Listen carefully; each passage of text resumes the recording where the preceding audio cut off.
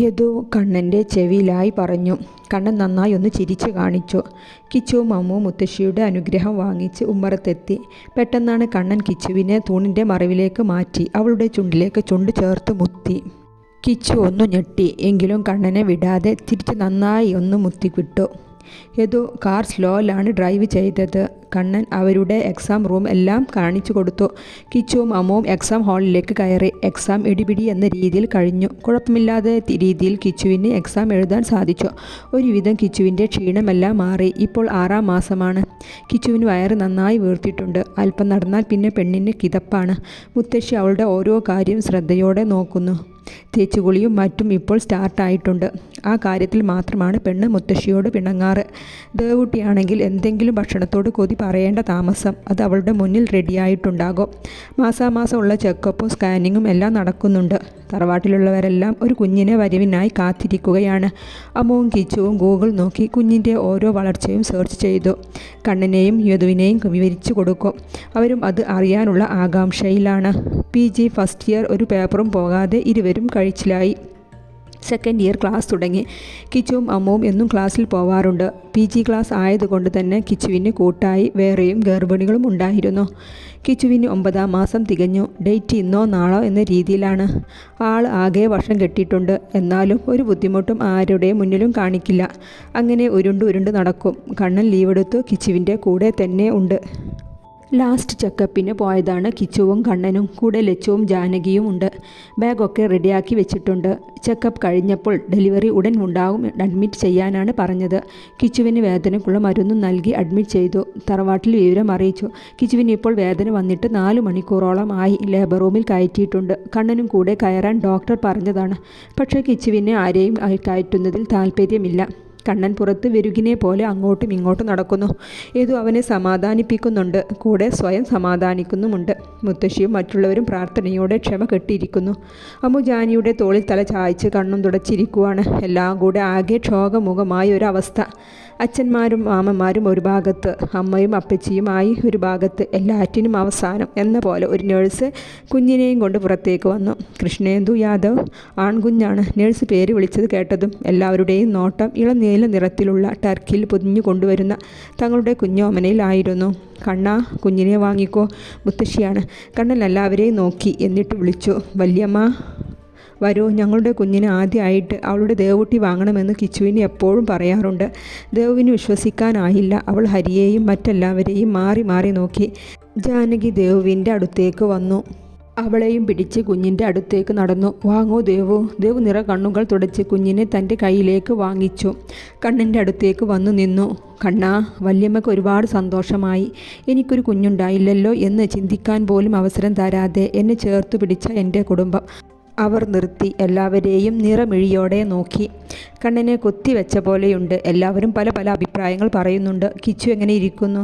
കണ്ണൻ നേഴ്സിനോടായി ചോദിച്ചു. കുഴപ്പമില്ല, ഒബ്സർവേഷനിലാണ്. വൈകിട്ട് റൂമിലേക്ക് കൊണ്ടുവരും, നേഴ്സ് പറഞ്ഞു.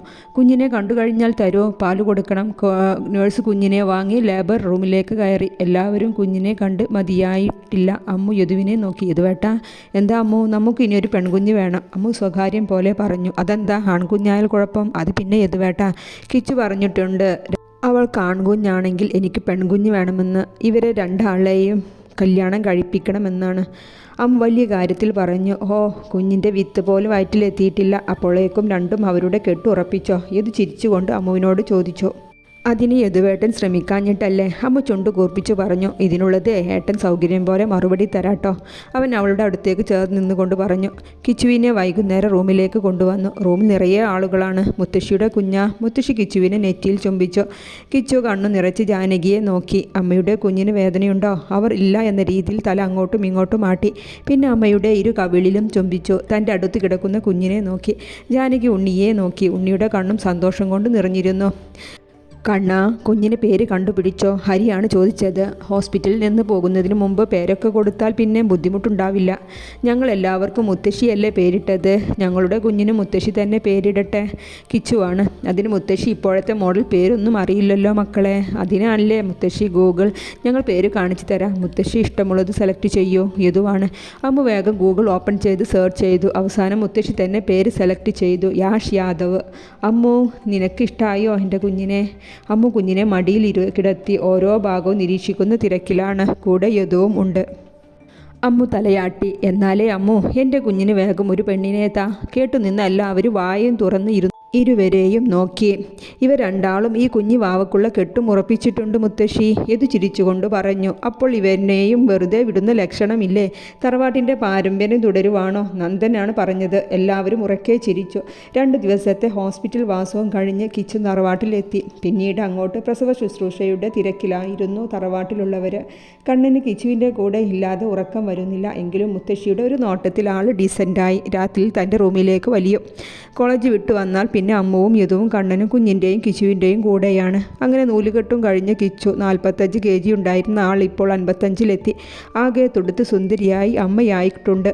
കുഞ്ഞിനെ എടുത്തു നടക്കാനൊന്നും ഇപ്പോഴും ആൾ എക്സ്പേർട്ടായിട്ടില്ല. പാല് കൊടുത്ത് കിടത്തും. പിന്നെ കൊണ്ട് നടക്കലെല്ലാം അമ്മമാരും ദേവുട്ടിയും മുത്തശ്ശിയും എല്ലാമാണ്. അങ്ങനെ വർഷങ്ങൾ കഴിഞ്ഞുപോയി. ഇന്ന് കിച്ചുവിൻ്റെയും കണ്ണൻ്റെയും കുഞ്ഞ് യാഷിന് 4 വയസ്സ് തികയുന്നു. ബർത്ത്ഡേ നന്നായി തന്നെ ആഘോഷിക്കാനാണ് തീരുമാനിച്ചിട്ടുള്ളത്. പാറുവും കുടുംബവും ഇപ്പോൾ നാട്ടിൽ സെറ്റിലായി. യാഷിന് കിച്ചുവിൻ്റെ കുട്ടിക്കളിയൊന്നും കിട്ടിയിട്ടില്ല. യാഷിൻ്റെ കണ്ണിൽ അവൻ്റെ അമ്മയാണ് ഇന്നും തറവാട്ടിലെ കുഞ്ഞ്. അച്ഛാ, അച്ഛൻ്റെ ഈ മരം കയറി പെണ്ണിനെ മാറ്റിക്കേ, എൻ്റെ ഉടുപ്പെല്ലാം ചീത്തയാക്കും. മാവിൽ നിന്നും വീണു കിട്ടിയ മാമ്പഴം കടിച്ചു തിന്നുന്ന തിരക്കിലാണ് കിച്ചു. യാഷിനെ കൂർപ്പിച്ചു നോക്കി. വീണ്ടും തീറ്റ തുടങ്ങി. ബർത്ത്ഡേ പാർട്ടിയും കഴിഞ്ഞ് എല്ലാവരും സംസാരിച്ചിരിക്കുന്ന സമയമാണ്. മുത്തശ്ശി ചാരുകസേരയിലുണ്ട്. നടുമുറ്റത്ത് തത്തി തത്തി ഓടി നടക്കുന്ന ഒരു സുന്ദരി വാവ. വാവയ്ക്ക് 1.5 ആയിട്ടുള്ളൂ. മാളുവും ഓടലെ വീഴും നമ്മുടെ യാഷ് കുട്ടൻ കൂടെ പിടിക്കാനായി നോക്കുന്നുണ്ട്. ഇവരുടെ കളി നോക്കി നിൽക്കുകയാണ് അകത്തളത്തിലുള്ളവരെല്ലാം. ഈ സുന്ദരി വാവയാണ് നമ്മുടെ അമ്മുവിൻ്റെയും യദുവിൻ്റെയും കുഞ്ഞ് കല്യാണി. PG കഴിഞ്ഞ ശേഷം ഇത് കുഞ്ഞിന് വേണ്ടി ശ്രമിച്ചുള്ളൂ, വേറെ ഒന്നുമല്ല. കിച്ചുവിൻ്റെ ഗർഭപാലം കണ്ണിൽ നിന്ന് നട്ടം കറങ്ങിയത് ആൾ നല്ല പോലെ ഓർക്കുന്നുണ്ട്. കിച്ചുവും അമ്മുവും ഇപ്പോൾ അവരുടെ കോളേജിൽ ടീച്ചറായി കയറിയിട്ട് 1 വർഷമായി. മക്കളുടെ കാര്യത്തിൽ അവർക്ക് യാതൊരു ടെൻഷൻ്റെയും ആവശ്യമില്ല. തറവാട്ടിലുള്ളവരെല്ലാവരും കൂടെയും കണ്ണുകൾ കുഞ്ഞുങ്ങളുടെ മേലെയാണ്. കിച്ചുവും അമ്മുവും ഇപ്പോഴും കുട്ടിക്കളി കളിച്ച് നടക്കുന്നു.